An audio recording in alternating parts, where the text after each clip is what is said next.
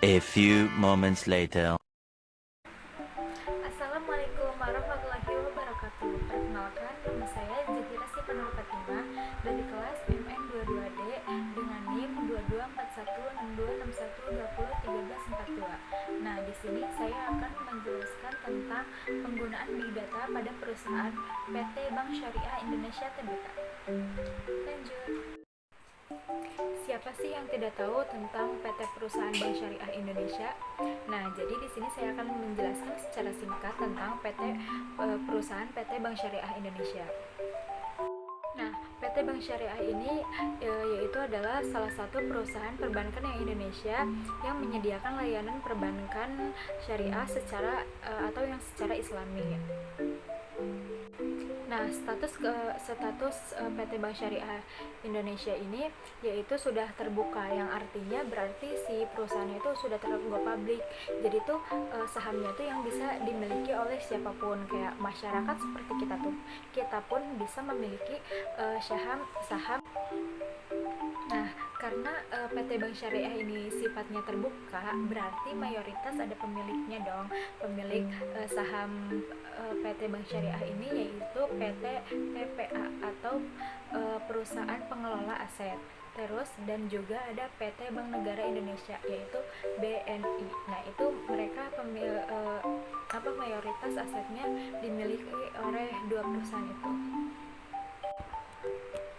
Nah, itu secara singkat tentang perusahaan PT Bank Syariah Indonesia. Selanjutnya, apa saja yang digunakan PT Bank Syariah, Big Data yang digunakan PT Bank Syariah Indonesia Tbk. Check it out. Nah, Big Data yang digunakan pada perusahaan PT Bank Syariah Indonesia ini ada 9. Yang pertama itu ada security risk and fraud. Yaitu kegunaannya menetapkan dan meningkatkan parameter keamanan, manajemen risiko, penipuan dan AML untuk melindungi transaksi dan proses nasabah dan perbankan. Jadi itu kegunaannya untuk menjaga keamanan para nasabah PT Bank Syariah Indonesia. Nah, yang kedua yaitu ada core system modernization. Pelaksanaan inisiatif modernisasi core banking untuk menyederhanakan sistem core banking, meningkatkan fungsi core dan memungkinkan core banking generasi berikutnya pendukung produk dan layanan perbankan. Yang nomor 3 yaitu ada infrastruktur dan connectivity.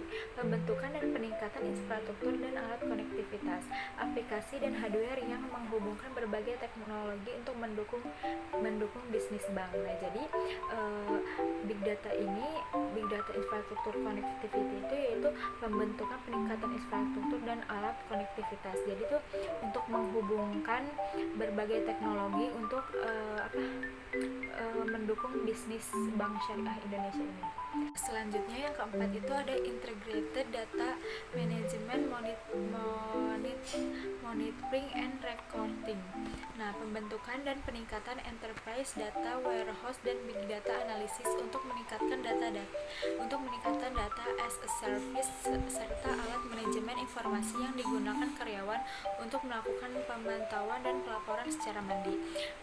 Jadi big data yang satu ini tuh digunakan untuk para karyawannya untuk membuat pelaporan yang secara mandiri, entah itu pelaporan apapun yang tentang peningkatan. Selanjutnya yang nomor 5 yaitu ada organization, corporate support dan internal improvement.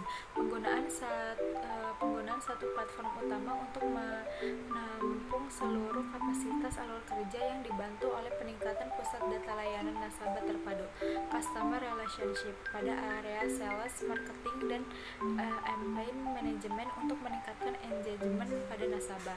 Nah, jadi big data yang ini tuh digunakan untuk customer relationship. Jadi itu platform untuk menampung seluruh kapasitas alur kerja. Nah, selanjutnya itu ada digital expansion dan open banking. Peningkatan dan peluasan jaringan distribusi digital akses layanan omni-channel termaksud dengan peningkatan kapabilitas integrasi dengan berbagai metode dan strategi untuk memungkinkan open banking dengan konektivitas tanpa batas dan aman secara internal dan eksternal. Nah, Selanjutnya nomor 7 yaitu ada environment, social, dan governance atau yang biasa disingkat dengan ESG, yaitu pelaksanaan strategis berkelanjutan perusahaan dalam melakukan pengembangan investasi yang memberikan nilai tambahan di aspek lingkungan, sosial, governance, tata kelola perusahaan, serta dapat menjadi pelopor ekonomi syariah di Indonesia. Nah, selanjutnya yang ke-8 yaitu ada metode waterfall. Pada metode ini dilakukan dengan pengembangan fase yang pengerjaan proyeknya dari mulai recruitment, design, development, testing, release control board atau RCB, development ke environment, production hingga post implementation review. Selanjutnya yang terakhir yaitu ada metode yang ke-9 yaitu ada metode agile. Untuk aplikasi ini yang membutuhkan kecepatan time to market seperti mobile banking, internet banking, dan admin. Metode ini dijalankan dengan menggunakan pembagian sprint dengan target sprint. Framework yang digunakan dalam agile metodologi di BSI adalah Scrum. Segitu saja penjelasan dari saya tentang penggunaan Big Data pada PT Bank Syariah Indonesia Tbk. Saya pamit undur diri. Sekian dan terima kasih. Mohon maaf bila ada kesalahan. Wassalamualaikum warahmatullahi wabarakatuh. Thank you everyone. Thank you Elmar. Go!